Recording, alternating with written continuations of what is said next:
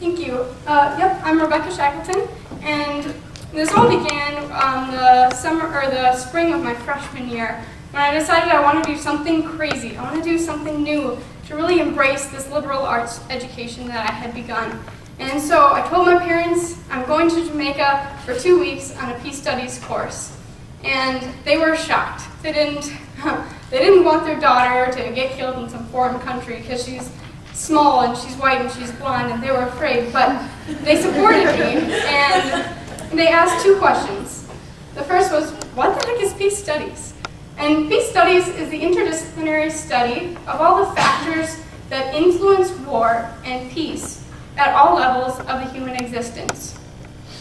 And there are many different kinds of peace. There's negative peace, which is just not engaging in war, but still having negative attitudes. It's that student on the playground who's got his hand up ready to punch, but holds himself back. He still has these negative attitudes. Whereas positive peace is having positive attitudes towards other. It's where we're using our nation's resources to develop the human potential. We're using our resources to increase healthcare and decrease poverty and provide educational opportunities to everyone.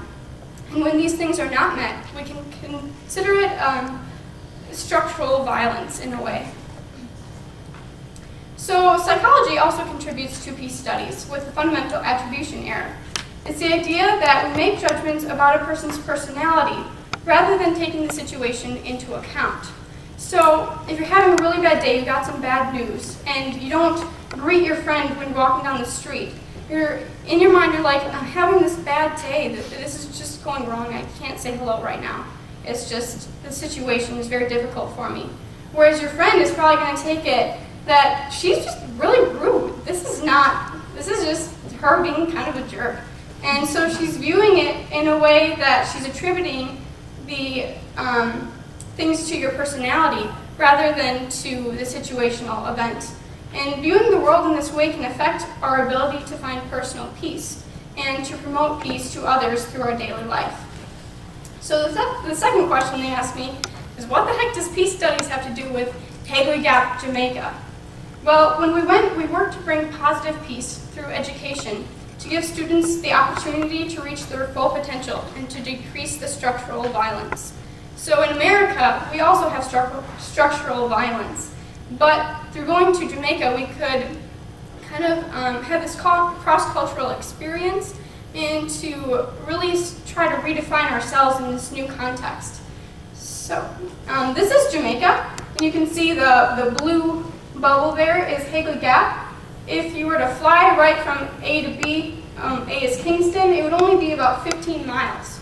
But through the roadways, it takes about 30 miles to get there, and over an hour and a half drive. The roads are treacherous, and it makes this community very closed off from the outside world. And one of the most violent communities, Kingston, is only really 15 miles away, but it feels like a world away when you're in Hagley Gap, where they've never seen a gun.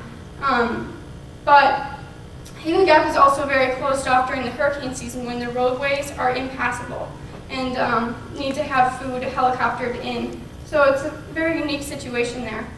And these are the Blue Mountains. They're beautiful, and Hagley Gap is situated right between the gap of 2 of those mountains.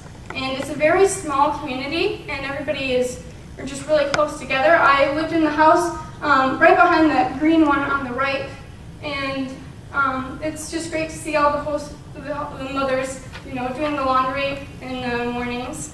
And this is a stream where we would meet the kids and we would play around and have fun. And this is Minto, where I spent most of my time because I want to be a teacher, and I really wanted to participate in their school. And when I got there, I was shocked. I didn't see the dialogue that I thought should be happening between the teachers and the students. I didn't see differentiated instruction or inquiry-based learning. I didn't see any of these things. And I thought, who are these teachers to not advocate for their students and to not engage in this, to be so authoritarian? But I was also surprised because the 4th grade teacher didn't even bother to show up. So we ended up taking over the 4th grade, and I began to realize why the teachers were teaching in such an authoritarian manner, because it was so difficult and challenging with a tin roof and cement walls. The sound just resonated within the building. You could barely hear yourself think, let alone try to engage in conversation with your students. It was a very challenging situation, and I began to realize that when I was in that situation of trying to take over the classroom myself and really having to get into those teachers' shoes. But my resent for the fourth grade teacher who didn't bother to show up still grew. Little did I know that just 15 miles away in Kingston, it was declared as a state of emergency. Over 500 people were arrested, almost 100 killed, and the U.S. was trying to arrest the drug lord Christopher Duke's Coke because he was bringing profits back to Jamaica and sharing it with the people there. And the people saw him as a very, very Robin Hood figure, and they were standing up for him. And the city became a war zone, and bullets just shooting throughout the streets. And the teacher that was supposed to be in that fourth grade classroom was stuck in her home. Couldn't leave, was trapped. And I realized then that it wasn't that she didn't care. It's that she cared so much that she was willing to make that hour-and-a-half drive to school every day to be with those students, to try to help them read. She was there every day, and she couldn't be there when I was there because she was trapped by war. So I realized through this experience in Jamaica that I was making the fundamental attribution error, and it was affecting my ability to live with peace and to promote peace.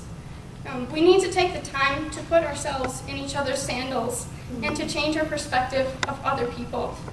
Only by doing this can we improve ourselves and make our own corner of the world just that much more peaceful. Thank you.